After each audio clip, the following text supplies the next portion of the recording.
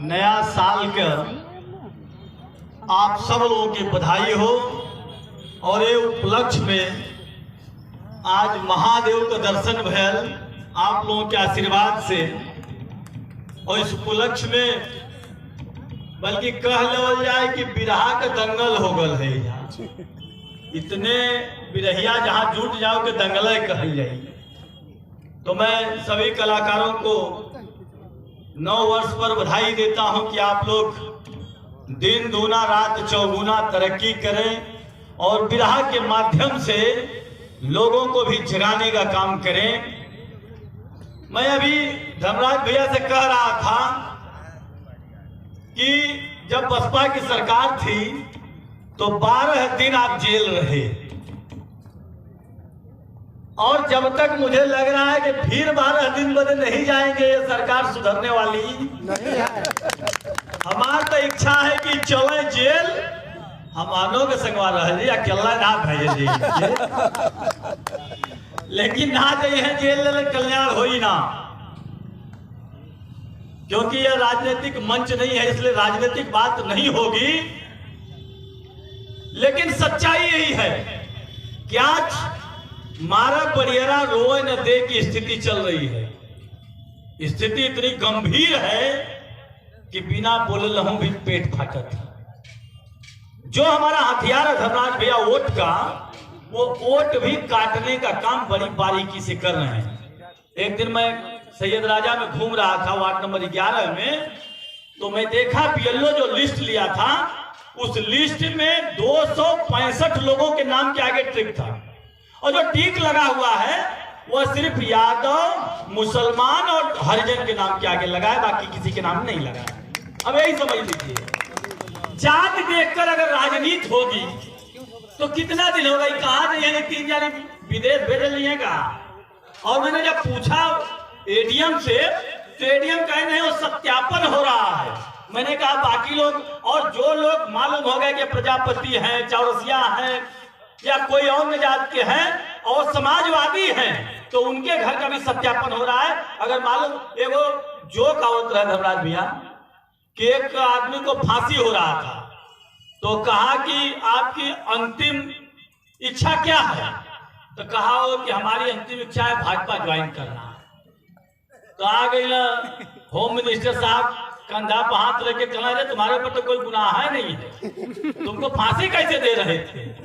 वह हालत इजाज छलक थे, तो बजा दे ठेका दे सबकर मनसा हो जाए।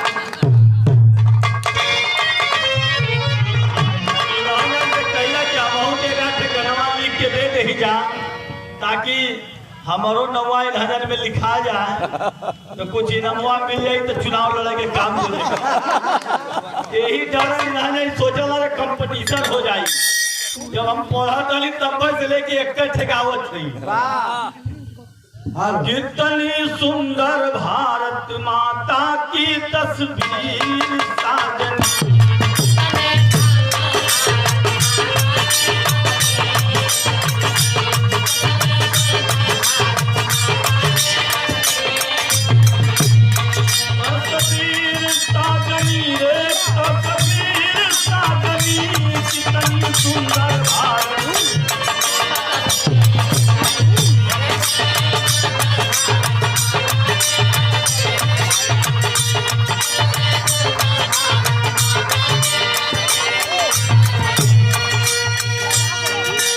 दक्षिण पांव पखारे साकर लहर देकर पानी।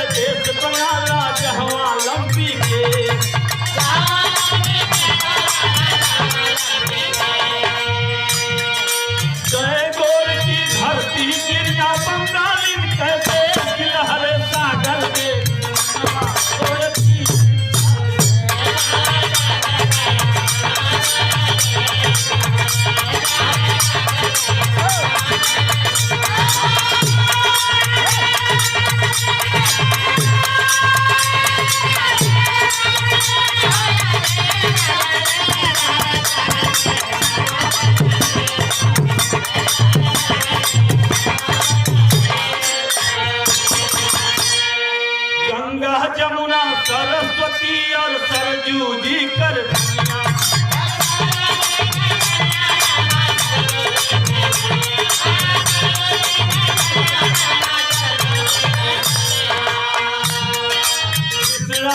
कवेरी भारत माता की पैदलियां पनिया भर के चलली राधा सरस्वती।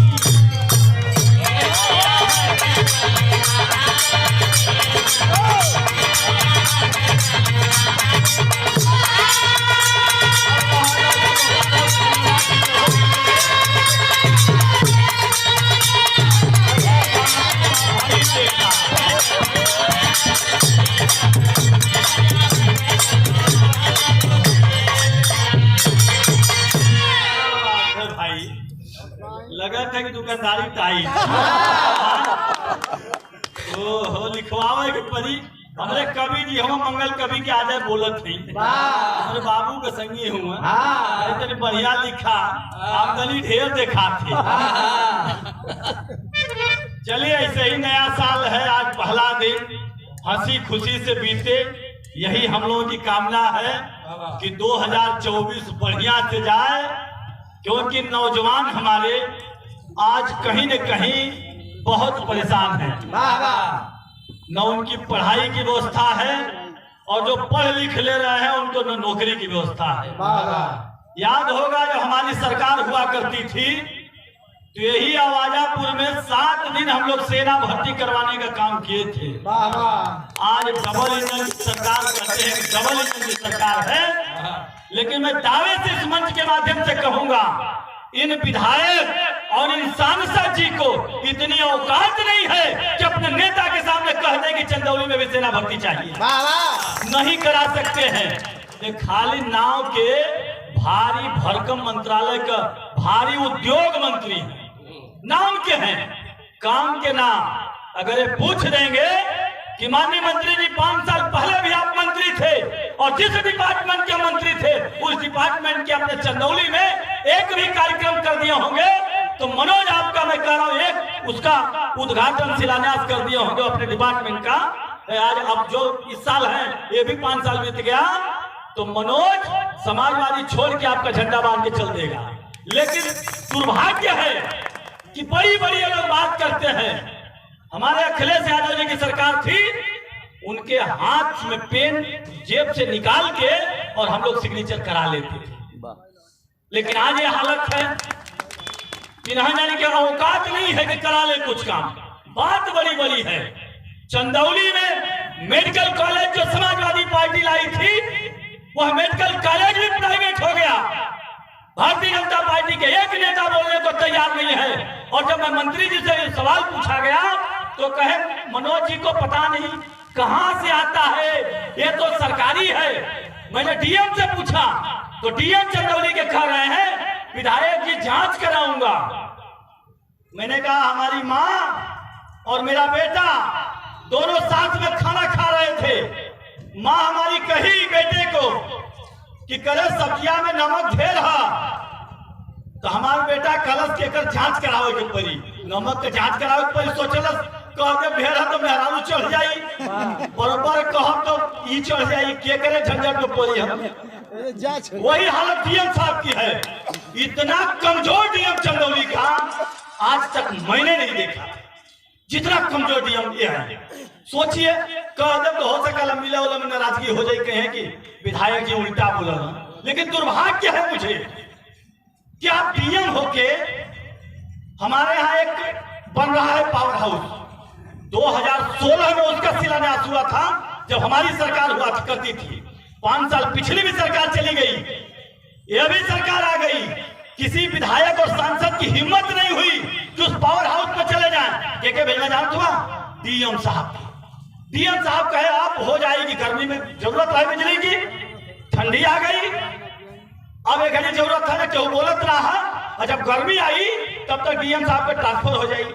जब हमारे का क्यों पूछी सवाल कहे भैया, अरे वो पुरनका डीएम रहा देख के गया, नया आ गए हम, अब हम कर देंगे। ये हालत गुमराह करने का काम करते हैं।